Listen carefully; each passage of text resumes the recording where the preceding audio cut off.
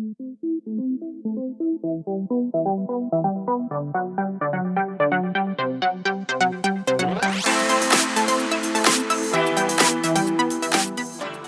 vamos a pasar a la ponencia de profesor Murilo Ursuchik, el uso de las encuestas de opinión como medio para influir en las decisiones electorales. Adelante, Murilo, por favor.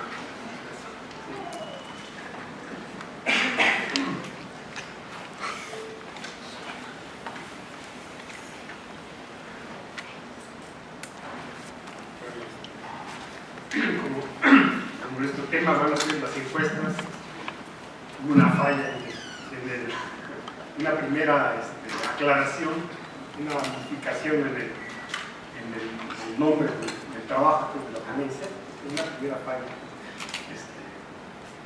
Bueno, entonces voy a tratar algunos aspectos relacionados al problema de la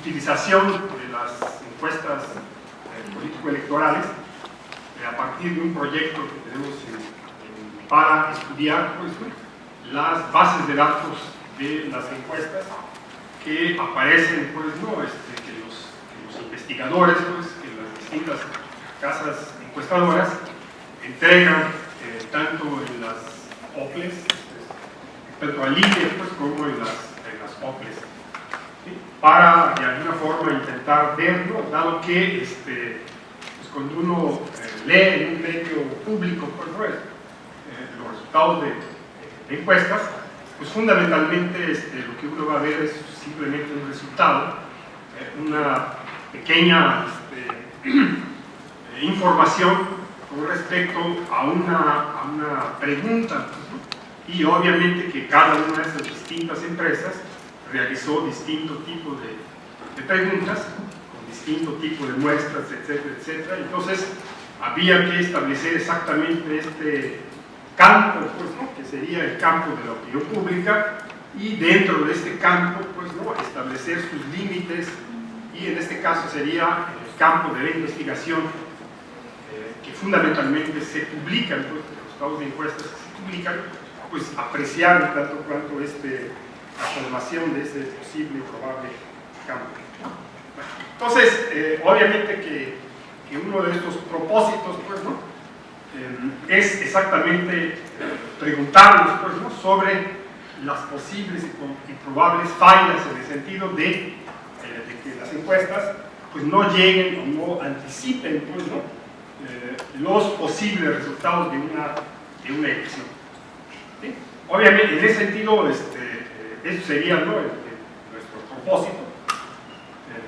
Las encuestas obviamente son simplemente un mecanismo pues, para recabar información al respecto de actitudes, pues, así como las posibles y probables evaluaciones que hacen los votantes con relación a un evento futuro.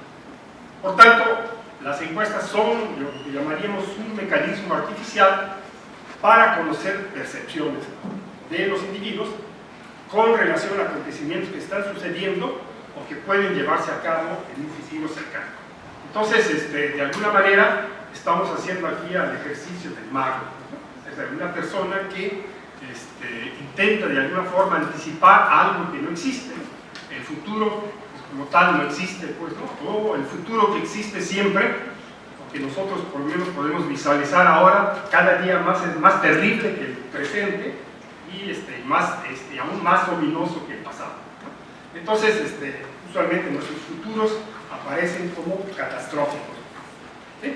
Bueno, según Daniel Dell, pues, ¿no? Un investigador de la Universidad de Columbia, dice que hay dos tipos de sucesos sobre los cuales podemos generar anticipaciones, se puede hacer la futurología.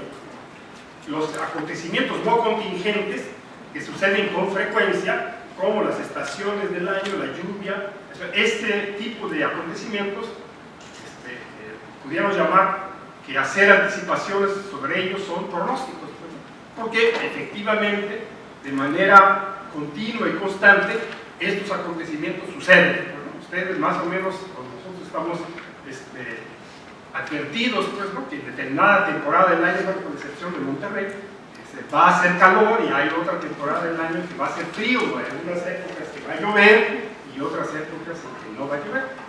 Y así más o menos ustedes pueden establecer pues, cuál va a ser su guardarropa, qué van a utilizar.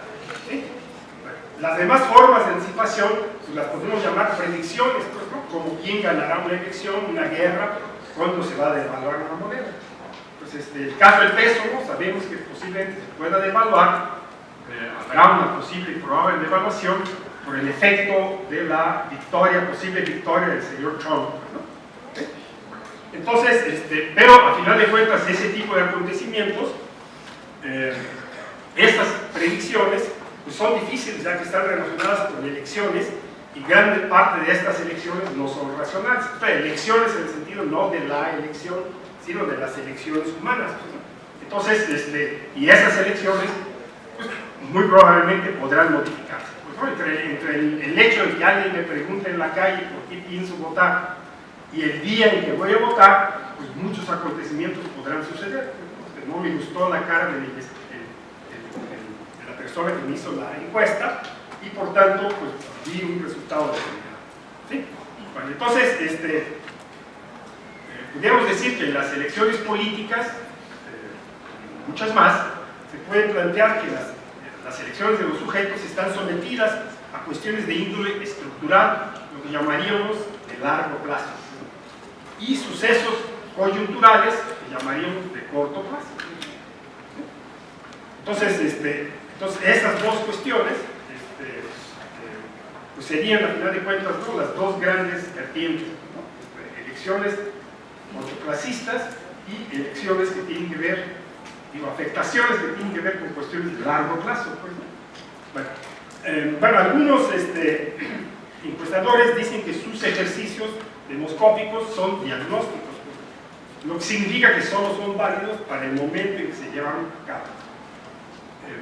Sí, entonces, en ese sentido, pudiéramos decir que en algunos momentos, pues la gente, un encuestador es una especie de médico, pues, ¿no? Te hace un diagnóstico.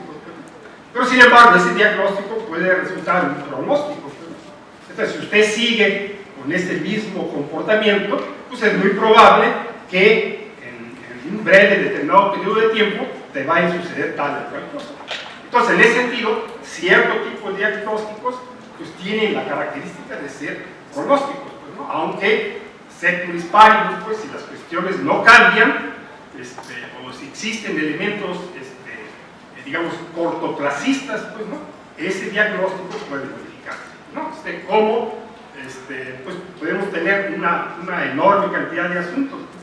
Entonces, si el señor pareciera ser que la campaña de la señora Clinton pues, tiene un arsenal ahí de obuses, pues, ¿no? Para enviarle al señor Donald Trump, como fue esta revelación de sus declaraciones, pues, ¿no? Con respecto a las mujeres, ¿no? Y entonces ese tipo de declaraciones pueden tener algunas consecuencias cortoplacistas y modificar las posibles y probables elecciones de los sujetos que piensan votar. Entonces, bueno, las encuestas de opinión que hicieron su aparición en los años 30 en los Estados Unidos, cuando fueron usadas por primera vez por George Gallup a ser publicadas en los medios de comunicación, pues son importantes fuentes para dar cuenta de la situación de la contienda.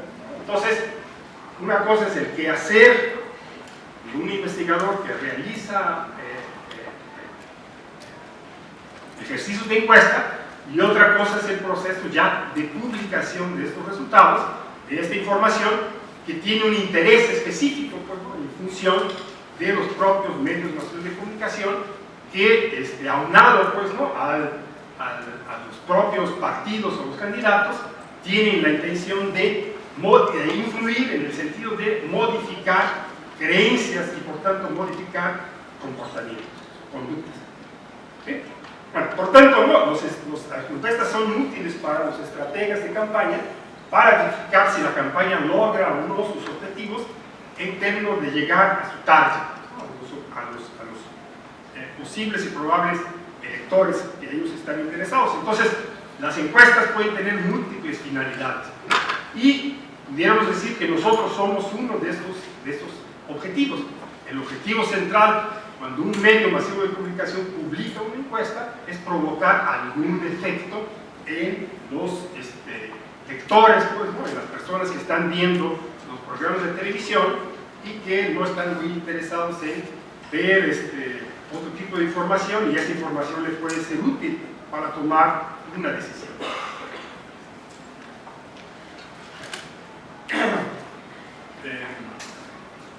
Bueno, las encuestas son un medio importante en las elecciones en donde hay competencia y incertidumbre, dado que no saben los candidatos y los partidos políticos qué piensan hacer los electores. La otra condición es la libertad de elección. Como se sabe, en México las encuestas no existían, pues, ¿no?, antes de la reforma electoral de 1977. Estas no eran útiles en un país en donde no había incertidumbre. Todos sabían de antemano cuál iba a ser el desenlace electoral. Entonces, ¿para qué hacer encuestas? Todo el mundo sabía quién iba a ganar la elección. Con la aparición de la competencia política se puede decir que las encuestas comienzan a ser necesarias, ya que los electores pueden tomar elecciones con relativa libertad. O sea, aquí en México la gran invención fue la libertad. Ustedes nosotros somos libres, por ejemplo, decidir si... bueno, el sistema político mexicano funciona con base en lo que llamaríamos las 4 Cs: compadrazgo, corrupción, clientelismo y cooptación. A este sistema se le insertó la democracia electoral, que tiene al INE y al IFE como su mayor conquista. Las encuestas son un instrumento para reducir incertidumbre al señalar un posible escenario. La posibilidad de predicción por parte de las encuestas puede ser anticipada a partir de la teoría del comportamiento electoral. Los comportamientos electorales están sujetados a la probabilidad y a la estadística, y los comportamientos son probables de ciertos parámetros. Bueno, esos paradigmas nos presentan hipótesis para explicar la conducta de los electores. Comportamientos estructurales o de largo plazo son la simpatía político-electoral, el sexo, la edad, el nivel socioeconómico, raza, religión, lugar de residencia, etc. Comportamientos coyunturales son los de corto plazo: evaluación retrospectiva y prospectiva del gobierno en turno, situación económica, imagen del candidato, acceso a la información y otras cosas. El hecho de que las encuestas fallen o no logren anticipar de manera fidedigna el resultado de la elección depende de varios factores. Se pueden establecer por lo menos 3 fallos de la elección: fallos de la encuesta en la casa encuestadora, fallas de publicación o de interpretación. Los fallos de la elección derivan de eventos impredecibles y ocultamiento de las preferencias por parte de los electores y posibles y probables alianzas. Esto es, los fallos de la elección. Los efectos de la casa encuestadora, esto es que pudiéramos decir que son propios de las empresas que hacen encuestas, son el cálculo muestral, niveles de confianza y margen de error, dispersión de la muestra, unidades de análisis, distritos, secciones electorales, casillas, hogar, confección y orden de las preguntas, preparación y capacitación de los entrevistados, fecha de realización del evento. Un fenómeno que había en México a partir del año 2000 ha sido la sobrepresentación de los resultados del PRI y la subpresentación de los partidos de oposición. Si nos vemos aquí, ¿no?, son resultados de 3 elecciones, y en esas 3 elecciones, la del año 2000, la del año 2006 y la del año 2012, hubo este fenómeno. Sin embargo, este fenómeno, como resultó que en el año 2000 ganó el PAN, en la del 2006 ganó el PAN otra vez, pues a las empresas encuestadoras como que no le pusieron mucho interés, para el hecho de que entre la estimación posible y el resultado de la elección había por lo menos unos 18 puntos, como fue el caso de la última elección, entre la predicción que presentaban las empresas encuestadoras y el resultado de la elección. Creo que ahora, entonces, ese es exactamente, yo diría, el punto central, ¿no?, de la discusión. Esto es, dado que en muy pocos momentos podemos trabajar directamente sobre, digamos, los efectos llamados de efectos de elección. ¿Sí? O sea, los efectos de elección son fundamentalmente de carácter coyuntural. El fenómeno que podemos trabajar son los resultados que presentan las distintas casas encuestadoras y que son, a final de cuentas, públicos. Bueno, uno de los principales usos de las encuestas ha sido la publicación en medios con distintas finalidades, fundamentalmente el de generar información. El segundo es actuar sobre los electores generando efectos de bandwagon, de carro perdedor o carro ganador, de bandwagon, de carro perdedor o espiral de silencio. Y luego el efecto de agenda, priming o el efecto framing. Eso es decir, generar el efecto agenda.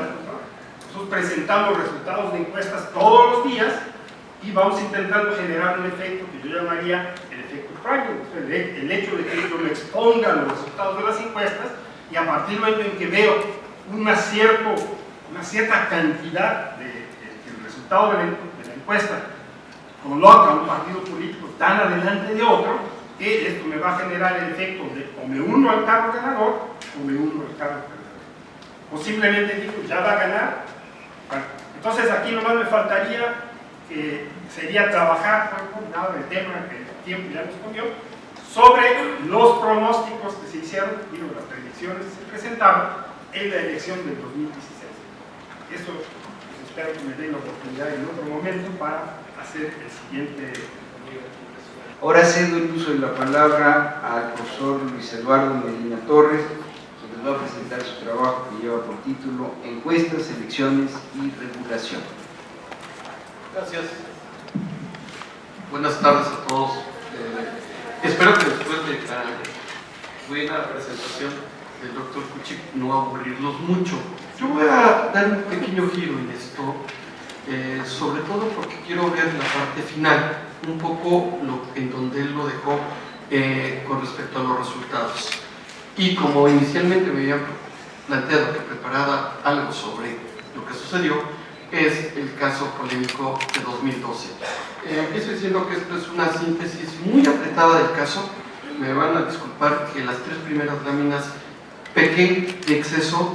Hay citas y referencias, espero que se vean. Ahí están las fuentes, sobre todo para que los demandantes no se sientan incómodos al respecto. La demanda de 2012 fue un documento de 700 hojas. Claro, la sentencia es un documento de 1356. ¿No? Entonces, se los comento un poco para que se entienda que todo eso lo intenté dejar en 4 láminas. No, la cuarta lámina es en la que me detendré puntualmente, pero esos sí son pues, points en estricto sentido. ¿No? A ver, afortunadamente los dos panelistas que me antecedieron creo que pudieron plantear, y ya yo solamente indicaré algunos asuntos. En este tema, y visto desde la perspectiva normativa, hay dos grandes visiones. Ahí hay que dejarlo claramente evidenciado.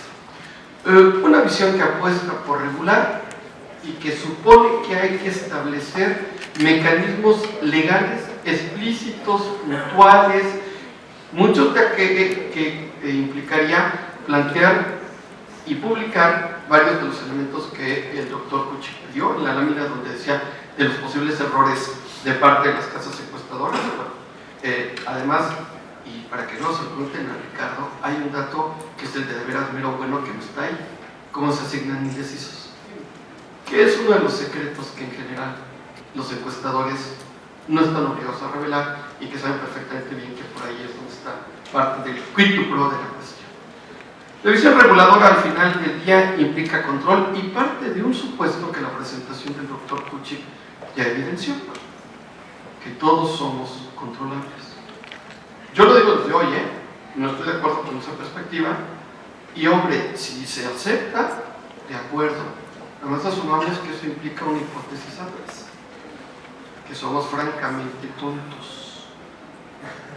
Sí, claro, porque esa es la idea del control. Y que hay un medio, no importa el nombre, que nos puede controlar. Si estamos de acuerdo con ello, jóvenes, nos levantamos, nos vamos y adiós.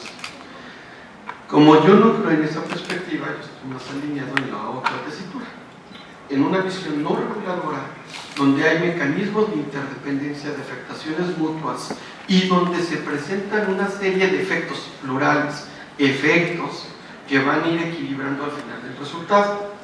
Al final del día esto, si lo quieren pensar, es lo que Karl Popper llama el control plástico, en realidad. No podemos trabajar como relojitos, como máquinas, pero tampoco podemos establecer nubes, tampoco tenemos fuera de control. Es en esa intermediación, en la plasticidad, donde está, me parece a mí, lo que puede ser algún mecanismo de regulación y de decisión individual. Ahí se los dejo porque es la parte difícil a elucidar teórica y conceptualmente.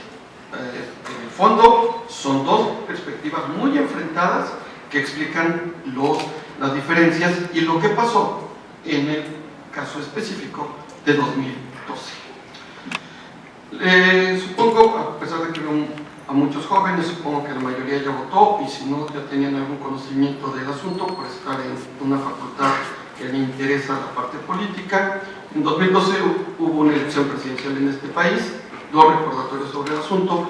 Los cargos ejecutivos en México se resuelven mediante una fórmula electoral que se llama mayoría relativa, o, como lo dice la doctrina, plurality. Un voto es suficiente para ganar. Así es, uno. No hay necesidad de más. Caso distinto pasa para los cargos legislativos, ahorita no me meto por ahí, pero este elemento es importante que lo tengan claro. La fórmula que tenemos mexicana, por cierto, acuñada desde la Constitución del 17, permite que un solo voto sea suficiente para marcar la diferencia. La reforma electoral de 2007-2008, que es la antecesora a la que tenemos, planteó una serie de restricciones y principios. Les digo los dos importantes. Restricción: nadie puede comprar tiempo en radio y televisión. Nadie, ni los partidos políticos, ni los ciudadanos, ni los candidatos, nadie. Se asignan a través de una serie de fórmulas, ahorita no viene al caso, para que tengan exposición pública. Y hay un principio que ha sido muy llevado y traído, con el cual yo también tengo serias discrepancias, pero que se llama equidad en la contienda. Eso tiene que ver con lo que planteó el doctor Kuchik en 77.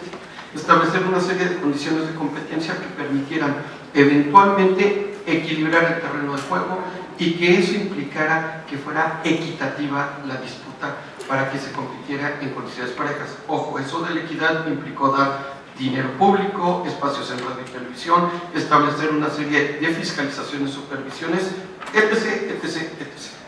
Cuidado cuando pedimos las cosas para saber de qué se trata.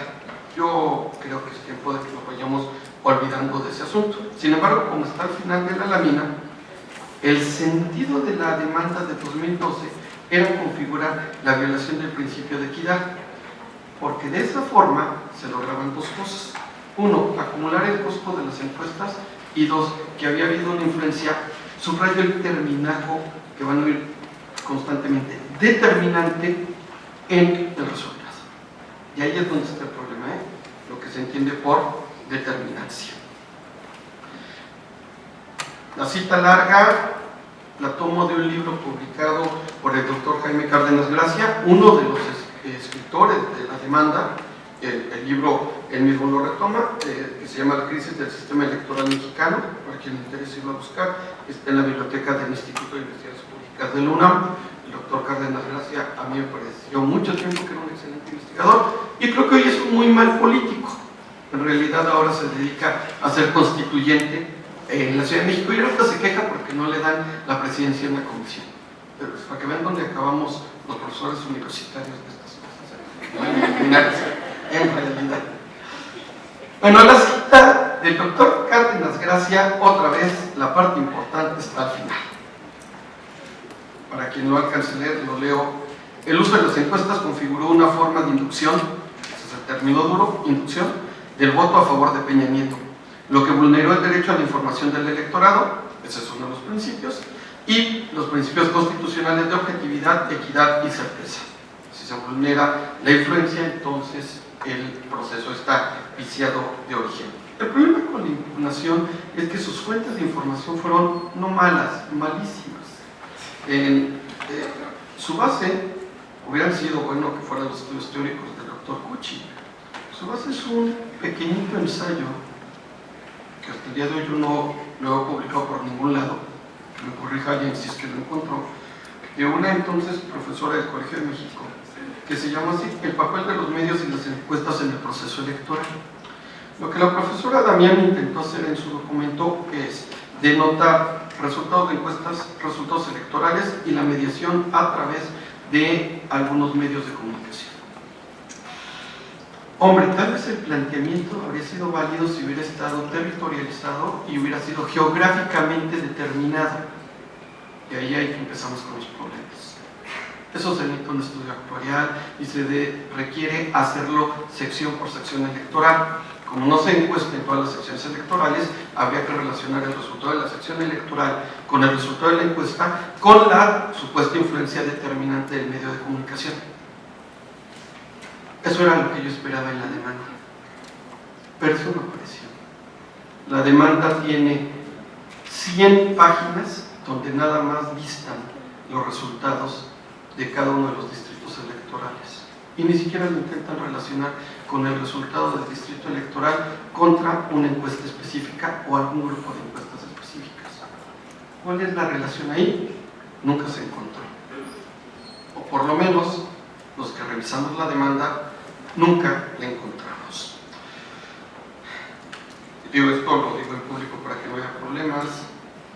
Yo contesté esa demanda en el agravio específico. Si la revisan, no lo hizo un abogado.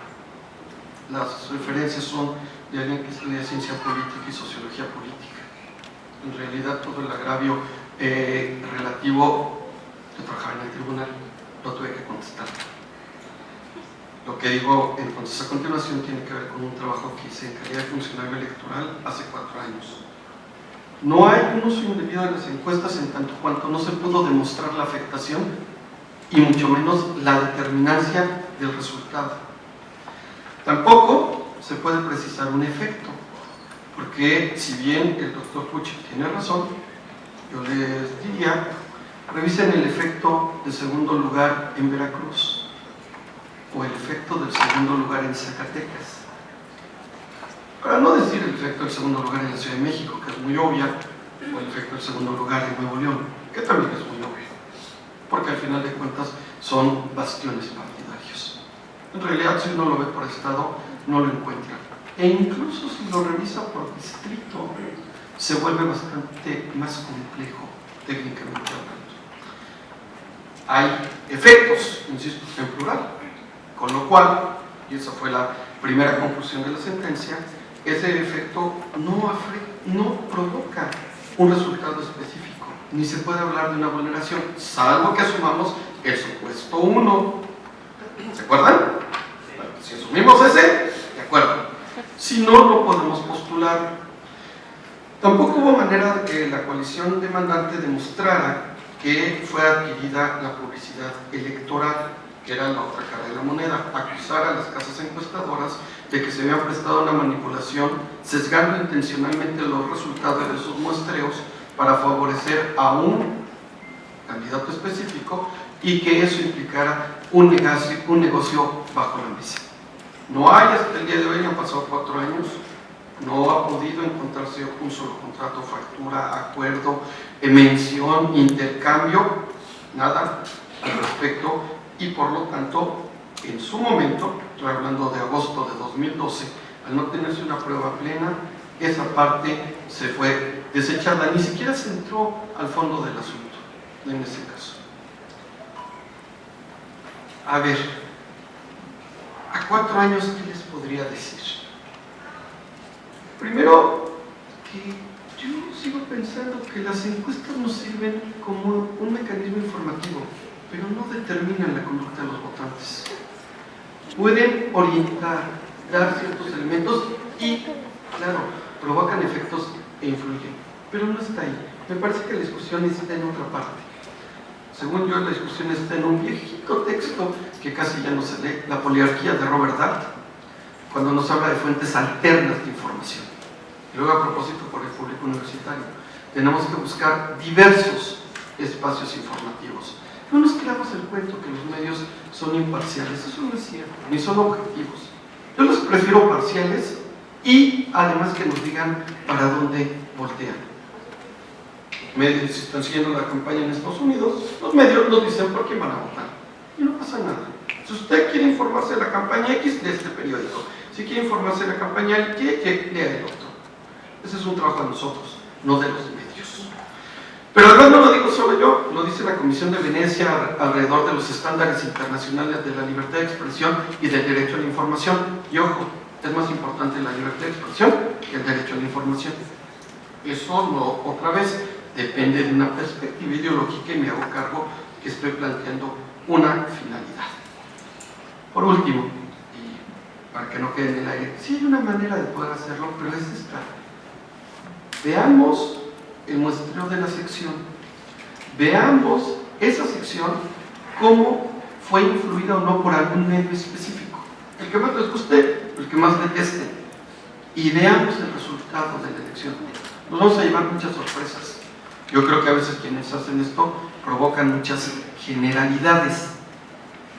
Y ojo, si van a demandar, y ese es un consejo, que ahora yo me dedico a hacer demandas, por cierto, no digan generalidades, no sirven de nada. Hay que hacer planteamientos específicos. Esas 700 páginas fueron 650 de generalidades. La realidad es que la demanda son 50 páginas. De todos los agravios, no solo de este. Este agravio estaba en una página. Todo lo demás era todo lo demás. Pasados los años, me queda claro que ese sigue siendo un tema difícil para los partidos políticos, para los medios de comunicación y para los académicos que se supone estudiamos estas cosas. Muchas gracias. Ahora me toca a mí hacer la presentación. Es una ponencia que elaboré junto con la doctora Marcela Ávila Eggleton. Se titula Del dicho al hecho, encuestas y elecciones presidenciales en México. El documento está estructurado como un documento académico. Empieza por un no olvidar. Este es un país en el que la democracia es muy joven. Venimos, ya se ha mencionado, de un sistema político que tenía un partido hegemónico que concentraba las preferencias electorales, que tenía un sistema electoral que no era equitativo y que en el margen podía realizar fraudes para ganar las elecciones. Nuestra transición a la democracia empezó a finales de los años 70, producto de una elección presidencial, la de 1976, en la que se presentó un solo candidato presidencial. Nuestra transición ha implicado dos cosas fundamentales. Uno, cambios a las leyes electorales. Dos, cambios en los comportamientos de los ciudadanos. Construimos, cambiando las leyes electorales, un sistema equitativo de competencia entre partidos políticos que nos produce resultados electorales con alto nivel de certeza. Y por otro lado, logramos también que, o se logró la ciudadanía, que en lugar de concentrar las preferencias electorales en un solo partido político, estas se distribuyeran de manera mucho más plural. En ese contexto, y entendiendo que nuestra transición, habrá que decirlo, está en el estadio en el que se encuentra el desarrollo de una democracia apenas los últimos 20 años,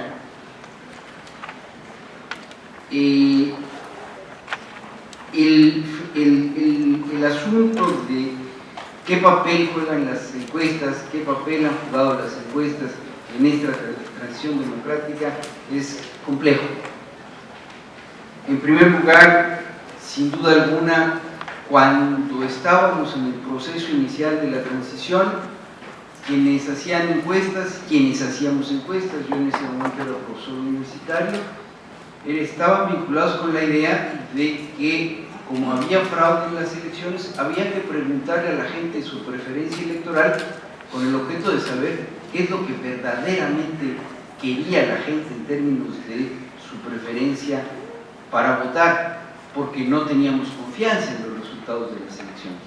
En la medida en que hemos ido adquiriendo confianza en los resultados de las elecciones, el papel de las encuestas fue variando e incluso se convirtieron en objeto de regulación en la ley electoral. Hoy para publicar una encuesta hay que hacer trámites frente a la autoridad electoral, hay un periodo en el que está permitido publicar encuestas, hay otro periodo en el que no está permitido publicar encuestas. El colega Ricardo de la Peña ha publicado recientemente un libro en el que nos muestra cómo efectivamente las encuestas previas a las elecciones presidenciales de 1994, de 2000, de 2006 y de 2012, en promedio, se acercan a los resultados electorales, pero no son exactas respecto de esos resultados, y como bien lo ha explicado ya el propio colega de la Peña, eso ha dado pie a que políticos, formadores de opinión digan: entonces las encuestas fallaron, las encuestas no sirven, las encuestas no nos están dando información respecto de los resultados ciertos de las elecciones. Y ahí, a partir de eso, se abren varios dilemas. Un primer dilema es: ¿será que el método de muestreo no sirve para estimar este tipo de fenómenos? ¿O será que hay otros elementos que deben ser tomados en cuenta para entender por qué las encuestas efectivamente no reflejan esa acción de los votantes? Yo debiera decir que creo que no es un problema metodológico, no es el método de muestreo el que falla. ¿Por qué? Porque antes el IFE, ahora el INE, hacen cada vez que hay elección presidencial un ejercicio que se llama de conteo rápido, que es una encuesta. Es una encuesta que se basa en los resultados de las actas de votación que la noche de la jornada electoral se elaboran en las casillas. Una muestra representativa, levantada, esa muestra procura que estén representados los 300 distritos electorales, que estén representados las áreas urbanas, las áreas rurales, y hacia la noche de la jornada electoral, antes de las 12 de la noche, el consejero presidente, antes del IFE, ahora del INE, tiene la facultad de salir a informar a los ciudadanos cuáles son las tendencias de la votación. Con ese mecanismo de muestreo, que es el mecanismo que usan las encuestas también, los conteos rápidos normalmente nos dan una estimación muy precisa de cuáles son las tendencias de la votación. De tal suerte que yo descarto la hipótesis de que la encuesta falle, las encuestas preelectorales fallen por el tema del método, de tal suerte que busco el origen de la falla, y pongo comillas muy grandes, en otro terreno. ¿Cuál terreno? Pienso yo que el origen de esta falta de precisión de las encuestas preelectorales no está en el campo de la encuesta ni de la opinión pública. Está en el campo, que es un campo mucho más complejo, de la construcción de la decisión de votar. Digamos que la sociología política y específicamente la sociología electoral hace años que está debatiendo acerca de cuál es la pregunta correcta cuando nos preguntamos, cuál es la respuesta correcta cuando nos preguntamos por qué votan las personas como votan. A cada uno de nosotros no nos cuesta trabajo explicar por qué votamos o dejamos de votar. Y no nos cuesta trabajo entender por qué aquellos que votan como nosotros votaron.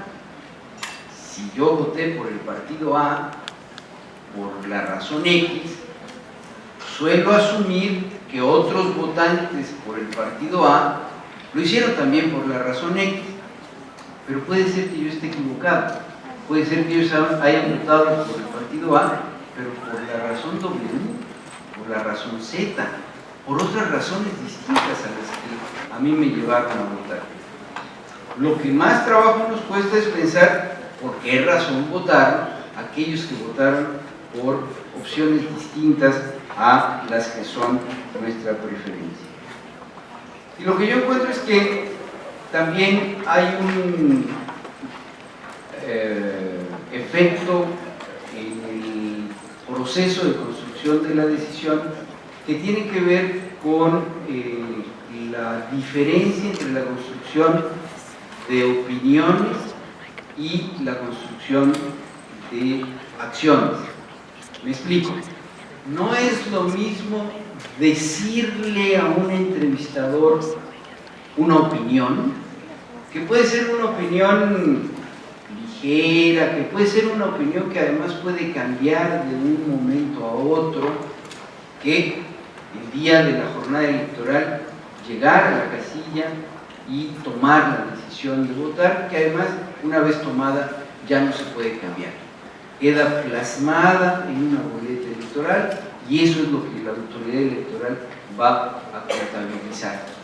Por eso titulo mi ponencia, nuestra ponencia, la de la doctora Ávila y su servidor, del dicho al hecho hay mucho trecho.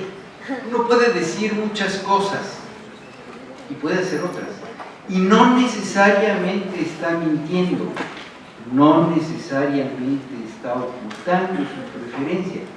Simplemente, primero me preguntaste mi opinión, te di mi opinión puede cambiar. Después fui y no opiné, tomé una decisión política que plasmé en un documento oficial y ese documento fue el que se contabilizó. En la ponencia tenemos una anécdota que a mí me gusta mucho. Veo que aquí hay algunos jóvenes que les gusta el fútbol, a mí realmente también me gusta. Y además mi equipo es el Necaxa, un equipo que estaba en la Liga de Ascenso, pero que llegó a la final de Copa en mayo pasado contra el equipo Veracruz. Días antes, 2 días antes de la final de Copa, entrevistaron al director técnico del Veracruz, que estaba en primera división, que iba a jugar la final contra un equipo de la Liga de Ascenso. Y sus expresiones fueron realmente de no me importa ese partido. Y le preguntaron, oiga, ¿y su mejor mediocampista, el argentino lo va a alinear usted? No, por razones técnicas él no va a alinear. Estoy preocupado por la liga, porque en la liga va muy mal mi equipo, y si va muy mal mi equipo me puedo correr del director técnico. Eso a los directores técnicos siempre les preocupa que los puedan correr. Por cierto, los clubes hace mucho tiempo que no cambian de director técnico, es sospechoso eso. No, la verdad es que les va muy bien y no tendrían por qué cambiar de director técnico.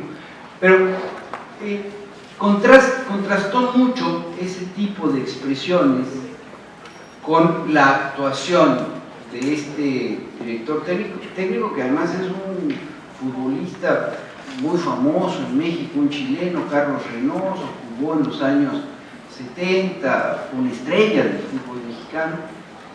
Y el día del partido, en lugar de actuar congruente con esa opinión que le dio a los periodistas, en el sentido de que no le interesaba el juego del campeonato de Copa, fue un director técnico totalmente volcado en el trabajo que tenía que hacer, en conducir a su equipo, en hacer los cambios, en meter al mediocampista argentino que había dicho que no iba a meter, que era de sus mejores jugadores.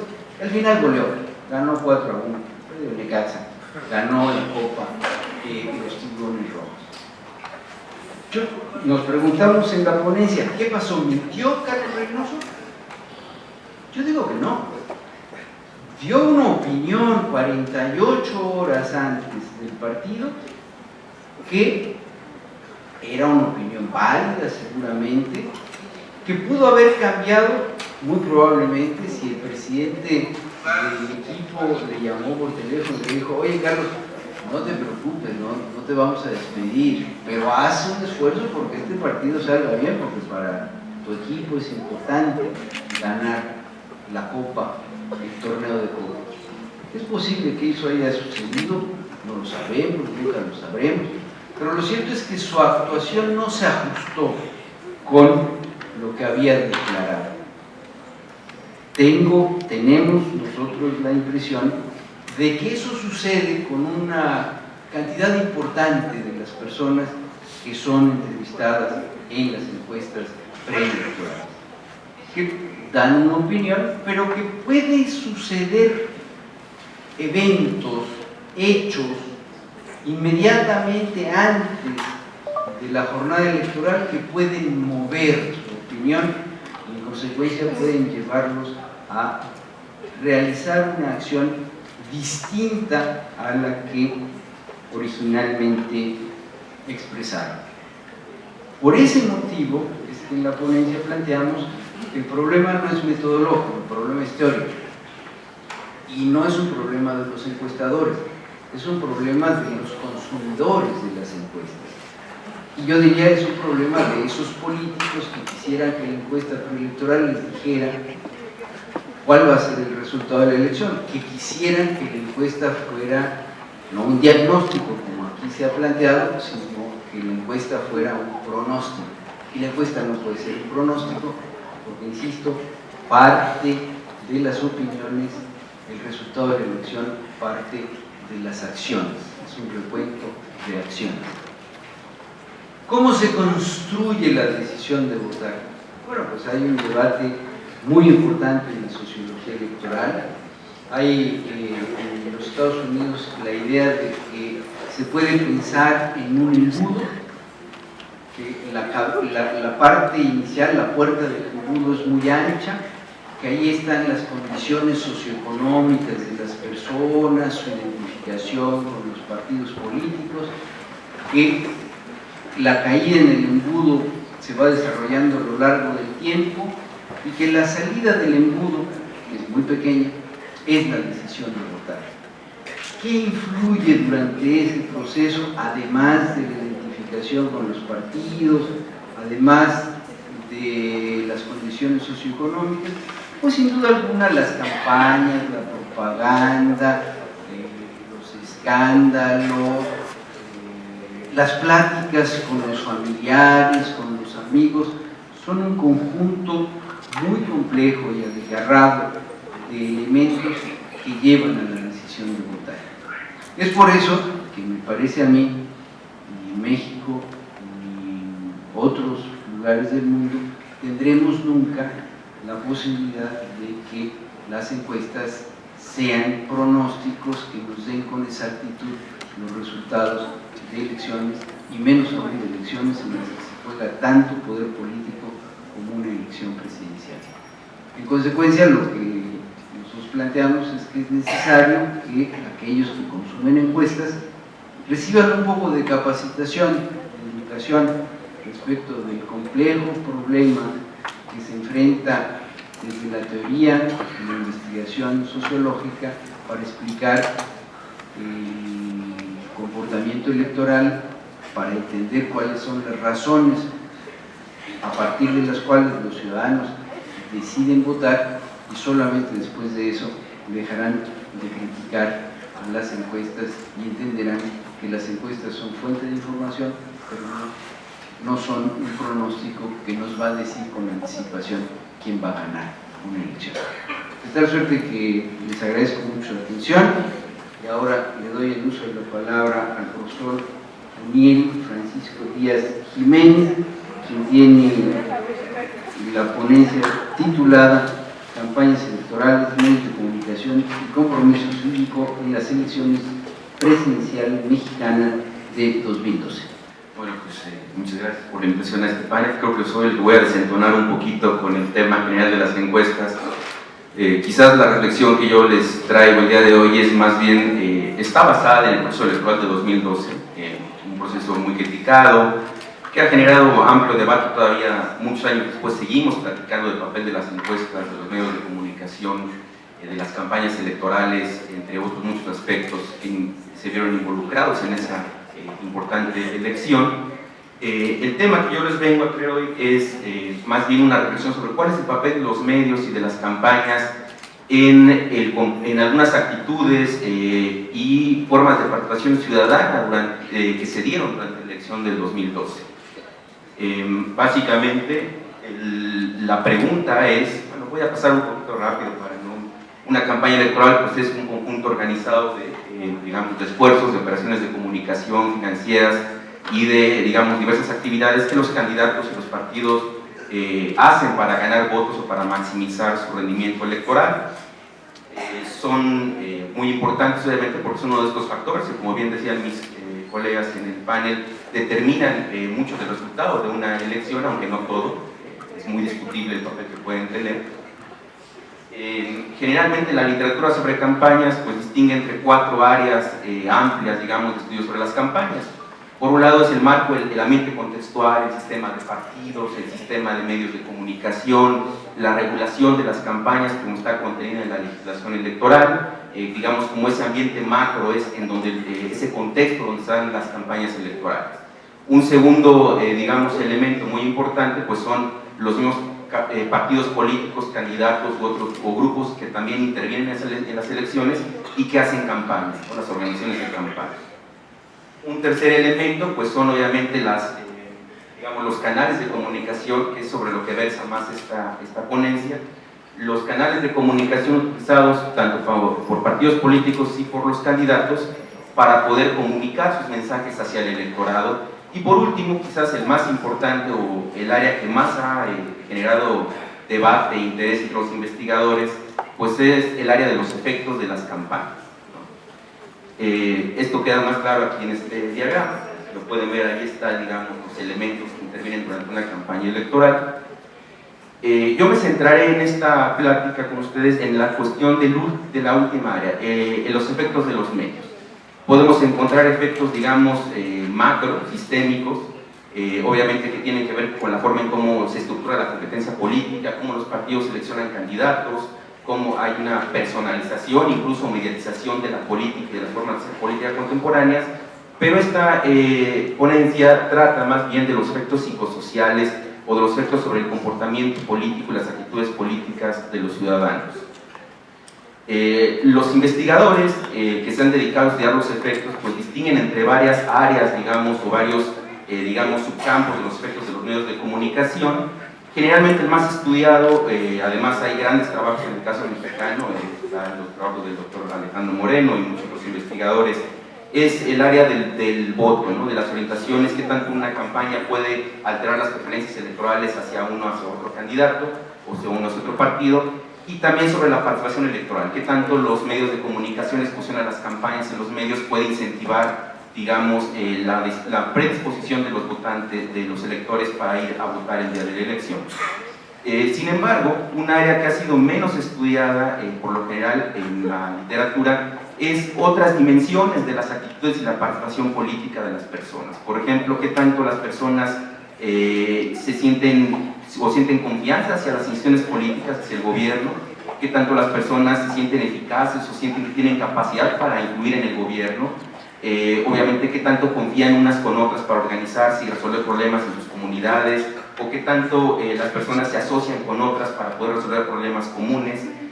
Un conjunto de actitudes y comportamientos políticos que la literatura usualmente denomina como compromiso cívico, compromiso político, compromiso democrático. Este trabajo que les presento básicamente trata o se aproxima cuál es el impacto de las comunicaciones de campaña, de las campañas en 2012, sobre otras dimensiones distintas de lo que es la orientación del voto o la participación electoral, pero que también son importantes para la salud de una democracia, es decir, que forman parte de la cultura política, de la cultura cívica de los ciudadanos mexicanos. Definido el término de compromiso cívico en términos amplios, como un conjunto multidimensional de actitudes y comportamientos incluyen lo que la gente sabe acerca de la política, sus vínculos de capital social, su apoyo al sistema político, incluyendo actitudes como la eficacia política, la confianza en el gobierno, las instituciones, así como las formas más comunes de activismo político, como la discusión política, la participación electoral y el activismo en las campañas. Esta es, digamos, la variable dependiente del estudio, el cual se utilizó para poderlo poner a prueba, para poderlo operacionalizar, la encuesta nacional sobre cultura política y prácticas ciudadanas, la ENCUT del 2012.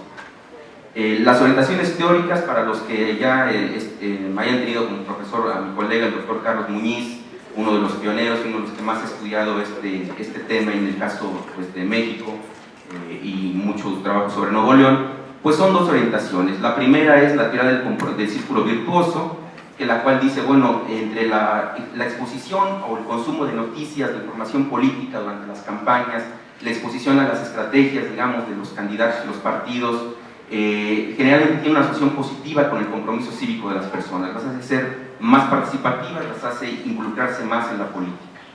Y otra, que es su teoría rival, que es la teoría del malestar mediático, el malestar de los medios, que lo que sostiene es lo contrario. Dice, no, la competencia política hoy en día es tan personalizada, hay tanta negatividad, tanto énfasis en la competencia entre candidatos y partidos, que se dejan de lado las cuestiones sustantivas, los temas importantes que le interesan al electorado, cómo resolver los grandes problemas de un país como este, y lo que hacen es que el electorado lo vuelven más desconfiado, más cínico, más apático y menos participativo y menos involucrado con, digamos, las campañas, los procesos electorales. En general, la pregunta es, la que les vengo a traer es, ¿qué es lo que sucedió en la elección del 2012? ¿Cuál de estas dos teorías, por las cuales no voy a abundar mucho, pues podemos platicarlo más en corto, sus postulados esenciales, qué es lo que sucedió? La exposición a la comunicación política mediatizada, negativa, centrada en el juego o la competencia política entre partidos, entre candidatos y partidos, contribuyó, digamos, a incrementar el compromiso cívico de los mexicanos, o más bien contribuyó más bien a la desafección política, a lo contrario. Bueno, no voy a... tiempo que nos queda.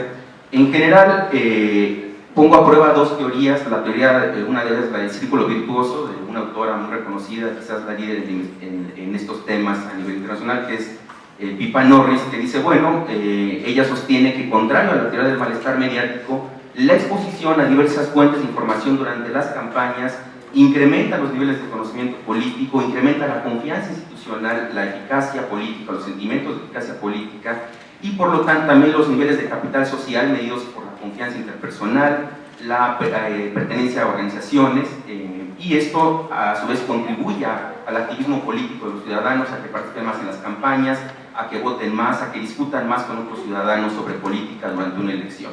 Y esto a su vez pues hace que refuerza, digamos, esa necesidad de conocer más en los medios, de informarse más, y por eso ella habla de un círculo virtuoso. Por el contrario, las teorías del malestar mediático sostienen todo lo contrario, ¿no? ¿Por qué es importante el caso mexicano? Bueno, el caso mexicano es muy relevante. ¿Por qué? Pues porque estamos quizás en el peor escenario.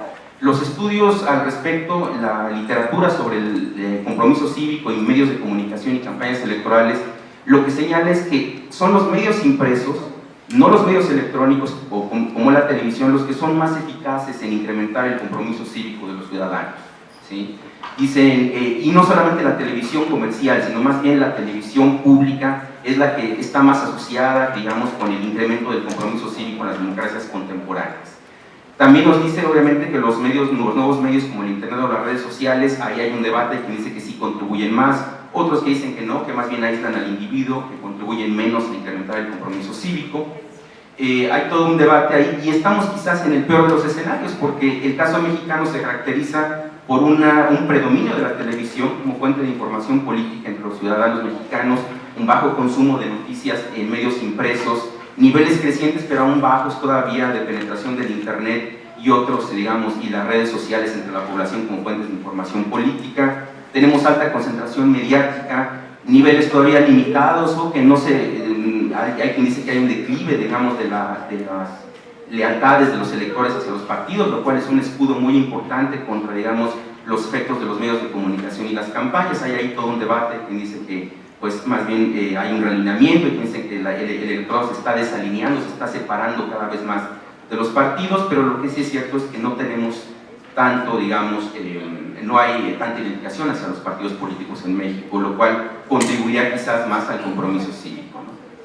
El caso mexicano, por lo tanto, es relevante porque es uno de los casos menos probables donde podríamos encontrar efectos de compromiso cívico y donde podríamos encontrar más bien efectos negativos de la exposición a los medios de comunicación y las campañas sobre el electorado, sobre las actitudes cívicas y los comportamientos y la persona ciudadana de los mexicanos.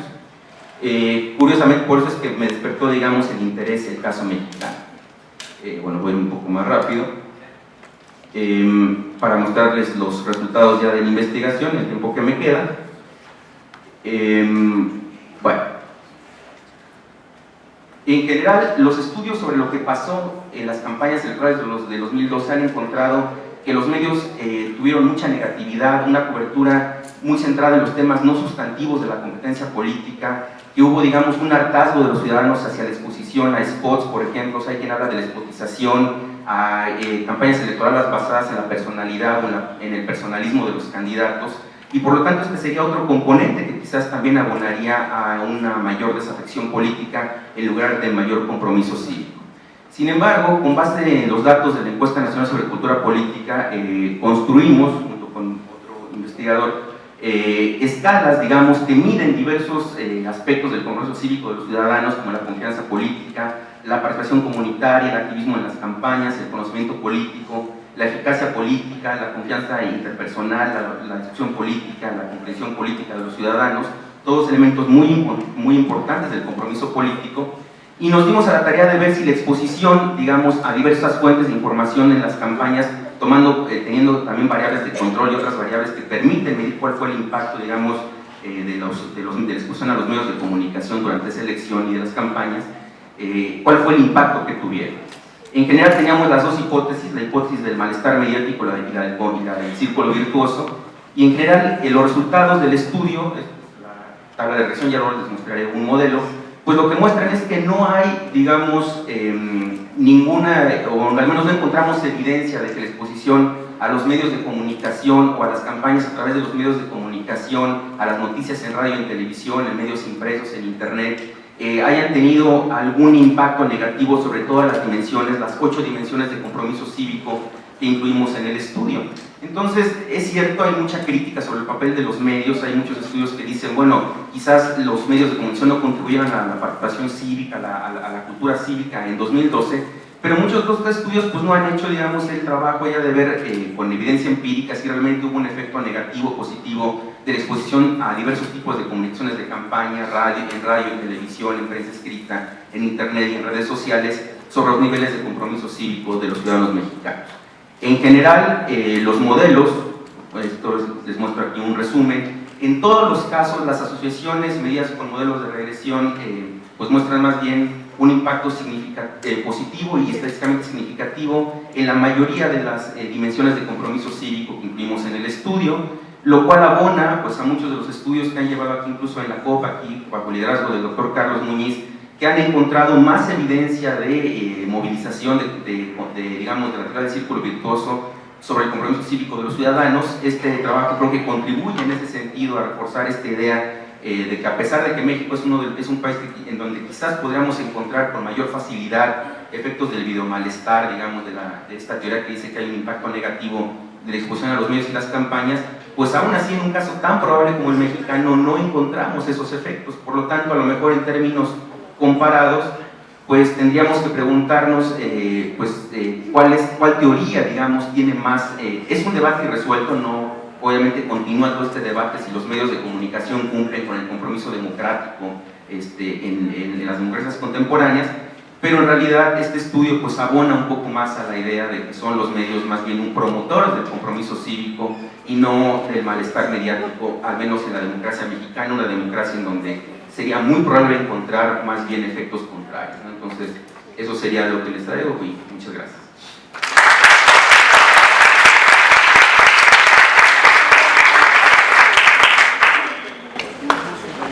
Muchísimas gracias, profesor Díaz Jiménez. Tenemos unos minutos, podemos dedicar unos 10, 15 minutos para recibir preguntas y para que los panelistas hagan el favor de responderlas. Así es que, ¿quién quiere empezar? Por favor.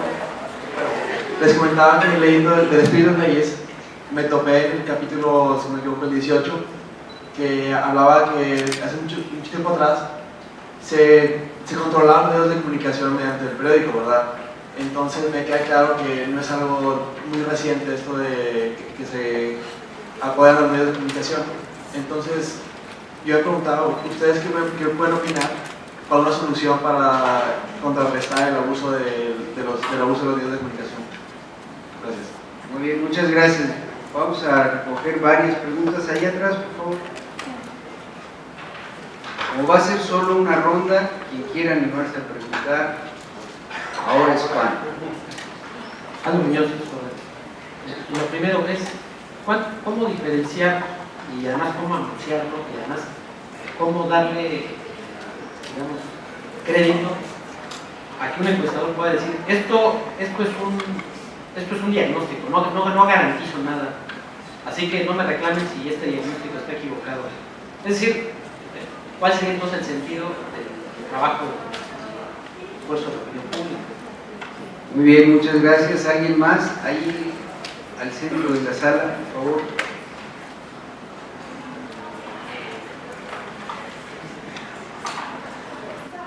Hola, buenas tardes. Yo quisiera preguntarles tanto al profesor Díaz como al profesor Valdés respecto a la regulación de las encuestas. Finalmente, ¿cuál es la conclusión? ¿Regulamos o no regulamos las encuestas? Deberíamos poder publicar hasta 24 horas antes, pensando precisamente en el entrenador. Pues tal vez si le hubiéramos preguntado 24 horas después, ya nos habría contado que el director lo llamó y le dijo, oye, sí, esfuérzate, ¿no? Para el profesor Díaz también un poco, me salta un poco la duda en que hablamos de medios de comunicación de una forma generalizada. Y de una forma generalizada en un país donde los mexicanos lo único que, o la gran mayoría, lo que vemos es el Canal 2. Entonces, en realidad, ¿qué peso tienen ciertos medios de comunicación respecto a otros? Pensando en esto de la regresión.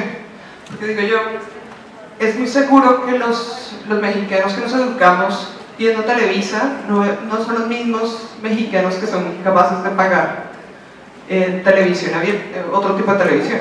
Entonces tal vez los medios a los que nos exponemos es diferente. Creo que en México sí deberíamos un poco distinguir qué tipo de medios de comunicación estamos hablando, porque no todos son iguales. Me gustaría saber si ustedes tienen algún tipo de distinción al respecto o algo así. Profesor de la Peña, quiero saber usted qué opina sobre esto de la regulación de las encuestas también, dado que usted forma parte también de este gremio. Y ya eso es todo, muchas gracias. Muy bien, muchas gracias. ¿Alguien más? Acá, el joven.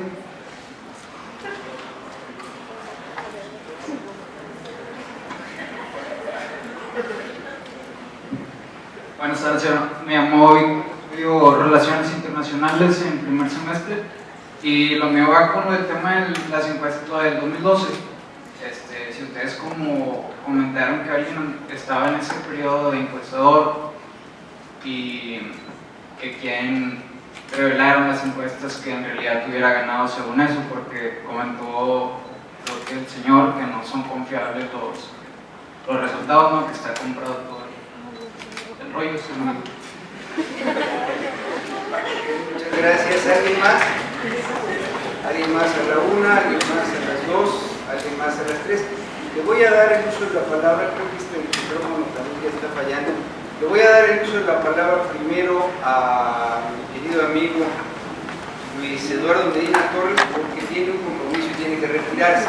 Va a hacer sus respuestas después de sus palabras. Gracias. A ver, creo que con el último no, lo que digo es que esa fue parte de lo que se planteó, de lo que se argumentó, de lo que se discutió, que había un cierto tipo de fraude, no que no fuera confiable, sino que hubo una polémica y una discusión sobre eso, que hubo una mala influencia, para ser más preciso, por parte de ciertas encuestas alrededor de la decisión de los votantes. No, ese es el centro de la demanda.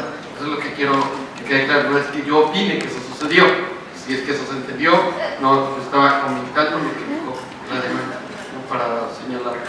Pero eso porque fue la única cuestión que entiendo, me preguntaron directamente. Yo tomo dos de los elementos que algunos de ustedes comentaron. Uno de los compañeros, el abuso de los medios, o irregular o no. A ver, es que esto va de la mano, va junto. El abuso de los medios tiene que ver con lo que uno asume como exposición. O sea, a ver, quiero que esto quede claro. Al final del día, todos los medios son parciales. Y en consecuencia, uno es el que determina o decide o no su exposición. Y ese es el problema que habría que entender. Hablar de abuso es en tanto cuanto, en mi opinión, no revelan explícitamente la posición política que tienen. insisto, yo los prefiero parciales y con una posición política explícita que con una implícita, ¿sí? Para que se haga bien. Y del tema de regular, no solo por el caso del fútbol en Veracruz, yo soy más radical, deberían de publicarse el mismo día, porque solamente de esa manera podemos aplicar de veras este mecanismo de control drástico. Es que en el fondo seguimos creyendo que nos influyen, que nos determinan. Eso es lo que quiero dejar en el mensaje. Como no estoy de acuerdo con esa perspectiva, me genera mucho lío personal suponer que todo lo que suceda nos va a determinar la conducta. Ese es el problema. Es lo que quiero que en el foto quedara claro sobre el asunto. Gracias. Una disculpa. Gracias, Luis. Ya que con la intervención de Luis invertimos el orden, voy autoritariamente a cederle la palabra primero a Oniel para que nos dé su respuesta. Bueno, yo lo que decía es, ciertamente sí hay, respecto a la pregunta del abuso de los medios, a veces los medios se les asignan muchos, digamos, deberes en las democracias contemporáneas.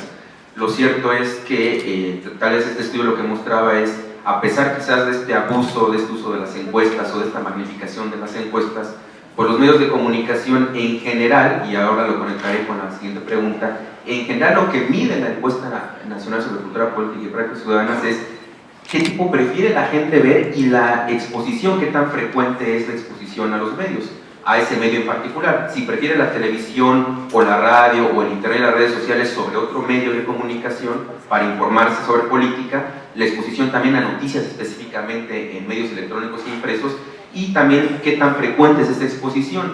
Desgraciadamente, pues los investigadores estamos generalmente sujetos a lo que nos permite hacer el instrumento con el cual estamos trabajando. La encuesta nacional sobre cultura por la ENCUP es limitada quizás en la parte de batería de medios, pero sí es muy amplia la parte de la variable dependiente, que es las diversas dimensiones de compromiso cívico de los ciudadanos.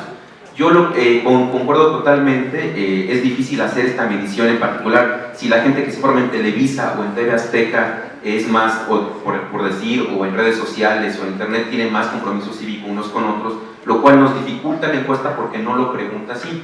Hay una encuesta más centrada en los jóvenes mexicanos, que bajo el liderazgo de la doctora Silvia Gómez Tagle del Colegio de México, una encuesta a jóvenes de cultura política, y ahí sí pudimos, con el doctor Carlos Muñiz, en un artículo que se publicará pronto en la Revista Mexicana de Ciencias Políticas y Sociales, ahí sí pudimos medir la exposición, por ejemplo, a spots televisivos o entretenimiento en televisión, porque es más amplia la batería de medios. Y también llegamos a resultados muy similares, no encontramos evidencia de malestar mediático, sino más bien más evidencia de compromiso cívico, pero yo diría que pues las encuestas nos cuesta trabajo realmente medir todo esto, ¿no? Muchas gracias, señor. Ahora le doy la palabra a Luis. Bueno, aunque no me dirigieron de manera directa a las preguntas, bueno, yo creo que el caso de las encuestas y realmente la cuestión de los medios, en el sentido de alguna forma decir que los medios abusan o de que los medios deban ser de alguna forma encriptados, yo creo que necesariamente habría que liberalizar. Yo creo que el INE se ha convertido en una máquina inquisidora, pues, la idea de perseguir, y ese proceso de persecución, ese proceso inquisitorial, pues, ha provocado exactamente que los mismos que generan un conjunto de reglas y normas para limitar el caso de las campañas políticas son los primeros que se brincan todas estas normas que ellos mismos han propuesto. Entonces, no tiene sentido que los partidos políticos estén generando un conjunto de reglas y normas si a final de cuentas no lo quieren cumplir. Y fundamentalmente en el sentido de la utilización de otros medios, pues, fundamentalmente ahora las redes sociales, internet, como un mecanismo, pues, ¿no?, para intentar influir en las creencias ciudadanas. sea, creo que aquí un gran problema está en esto. ¿Para qué sirven las encuestas? ¿Para qué sirven las campañas políticas? Pues fundamentalmente para actuar sobre las creencias de las personas, para transformar y modificar las imágenes que en determinado momento tienen sobre determinado tipo de actores. Si ese es el sentido y la funcionalidad de los medios masivos de comunicación, fundamentalmente de los medios impresos o de medios electrónicos. Ahora, en el otro sentido, ¿no? En el caso de la cuestión diagnóstica de los medios, a mí me parece que un diagnóstico fundamentalmente tiene ese sentido, pues, el sentido de presentar un estado de cosas, pues, en un determinado momento. Necesariamente las encuestas no pueden decir efectivamente si meses después ese mismo estado de cosas se va a presentar. Lo que sí pueden hacer las encuestas es, dentro de estos parámetros que yo he establecido en mi petición, posiblemente puedan darse estos. Pero yo creo que las encuestas no son bolas de cristal, y al final de cuentas hay una gran utilización por parte de los medios de comunicación de hacer uso de esta manera. Al final de cuentas, pues ellos contratan a estas encuestas o hacen, piden ese tipo de ejercicios demoscópicos, pues con esa intención. Su intención no es simplemente presentar información, sino intentar influir en las conductas futuras. Si esto no logran o no logran, pues es una discusión que debe darse, pues, ¿no? Tanto en el ámbito de la opinión pública, pero a partir de ciertas digamos, premisas, pues, ¿no? Que puedan ser planteadas, pues, en el ámbito de los ámbitos académicos. Pero fundamentalmente yo creo que esto es un aspecto central, la diferenciación entre el aspecto académico de la investigación y luego la utilización de esta investigación con fines específicos para intentar transformar y modificar creencias. Gracias. Gracias, Ricardo, por favor. Voy a tratar de poner en una palabra cada uno de los 3 puntos más importantes y luego hacer un comentario adicional. Platicaba con colegas sobre que si solo presentábamos diagnósticos y decíamos que estos no podían realmente parecerse a la realidad, y todo nuestro trabajo iba a parecer irrelevante. La respuesta es sí, si se ve de esta manera, pero es una visión estrictamente realista. No podemos asegurar actualmente que el producto cuantitativo, las estimaciones, producto universal, tengan alguna proximidad esperada con los resultados. Eventualmente se parecerán, eventualmente no.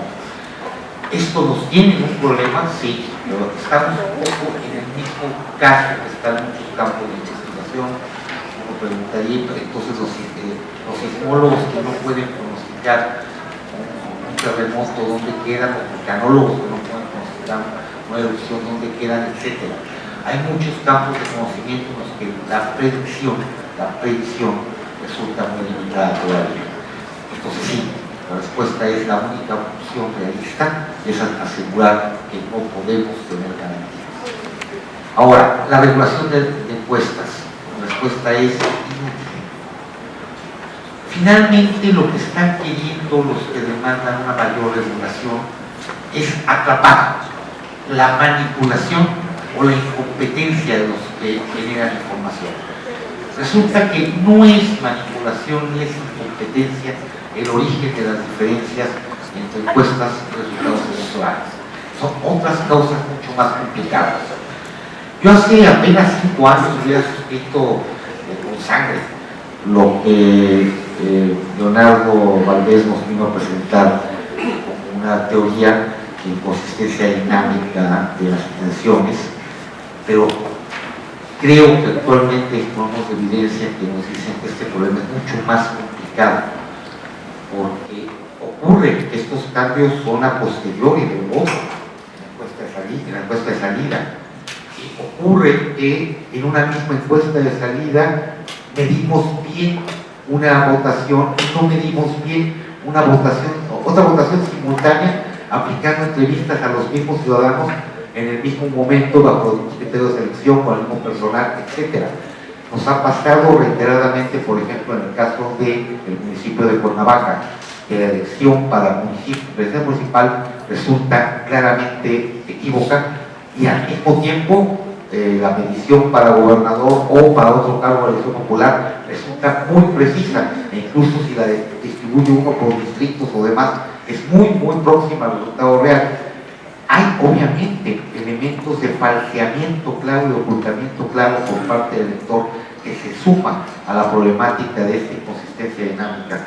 Yo creo que es mucho más complicado, y entonces la regulación no nos lleva a nada, porque no está atinando a los orígenes de este tipo de problemas. Hay que averiguar, en todo caso hay que buscar, inventar hipótesis que pudieran eventualmente aproximar el resultado de la encuesta con el resultado que se podrá dar en la realidad, y probar estas hipótesis para ver si funcionan o no funcionan, y en todo caso generar mecanismos de pronóstico alterno, complementario al acto mismo de medición por encuesta. La ventana de prohibición, los 3 días previos a la elección, que no se permite publicar encuestas, o la prohibición de publicar encuestas de salida durante la jornada, es simplemente una norma inequitativa.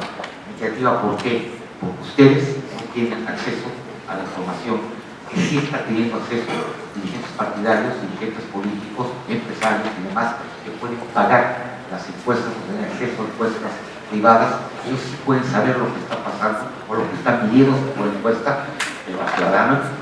Hay que cuidarlo, no dejemos que lo influya, hay que protegerlo, tenerlo puesto en cera. No, yo creo que es un principio de inequidad que privilegia la capacidad de hacer y de informarse y niega al ciudadano la capacidad de información.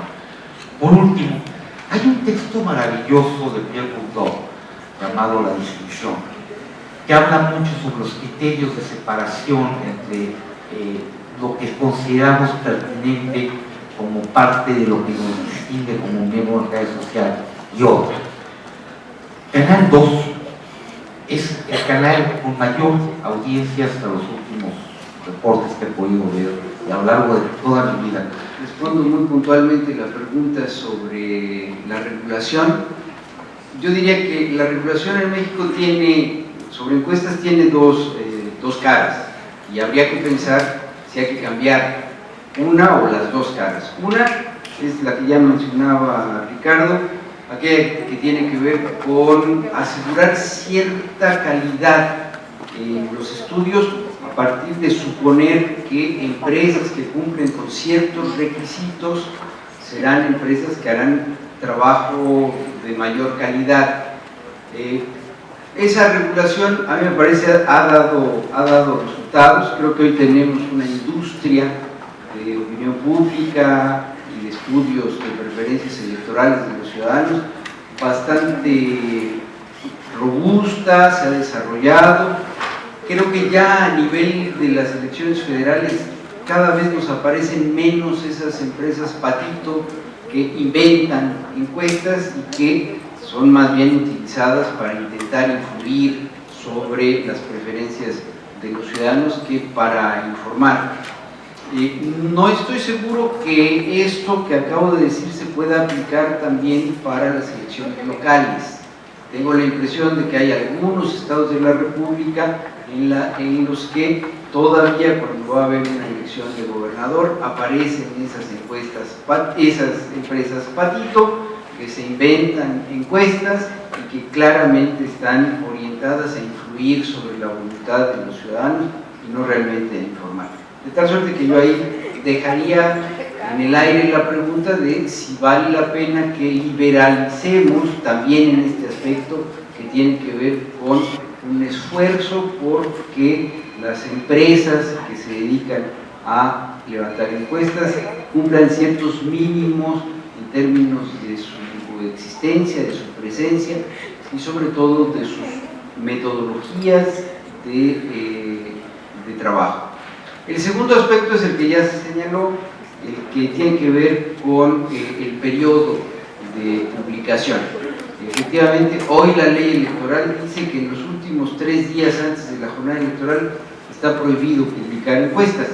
Eso obliga a que el último levantamiento antes de la publicación sea más o menos una semana antes de la jornada electoral, de tal suerte que efectivamente en esa semana pueden cambiar radicalmente las opiniones de las personas y puede esto impactar sobre el resultado final de la elección. Siguiendo el ejemplo de Carlos Reynoso, por supuesto que el planteamiento sería, bueno, hay que entrevistarlo no solo el día previo al partido, sino la mañana misma del juego. Hay que ver cuál es su estado de ánimo, en función de eso tener mejor información. Yo diría que sí, en general, me parece que liberalizar por ese lado sería bueno, sería pertinente, como dijo Luis Medina, que incluso el día de la jornada electoral se pueda publicar resultados de encuestas y, como acaba de insinuar Ricardo de la Peña, se pueda publicar también resultados de conteos rápidos. Pero tengo 2 observaciones. La primera, ahora la prohibición de publicar encuestas está vinculada con la prohibición de hacer campaña. Así como no se puede publicar encuestas 3 días antes de la jornada electoral, tampoco se puede realizar campaña electoral. Los partidos ya no pueden salir a hacer campaña electoral. Me pregunto si sería conveniente también liberalizar y que los partidos pudieran hacer campaña electoral en los 3 días previos a la jornada electoral. Quien diga que sí, pues estará de acuerdo conmigo que si liberalizamos las encuestas, entonces liberalicemos también las campañas. Y sobre los conteos rápidos o las encuestas de salida el mismo día de la elección, el prurito que se ha tenido y que en algún tiempo o por algún tiempo han compartido tanto las autoridades electorales como los partidos políticos, es que hay la preocupación de que al dar a conocer tendencias de la votación el mismo día de la elección, al medio tiempo del partido de fútbol, pudieran los partidos llevar a cabo actividades para revertir resultados que no les son favorables ahí donde están reportando las encuestadoras a partir de la información de las encuestas de salida. Hay la preocupación de que eso pudiera generar situaciones de confrontación, situaciones de tensión, incluso situaciones de violencia entre los militantes de los partidos políticos. Tal suerte que también lo dejo en la mesa.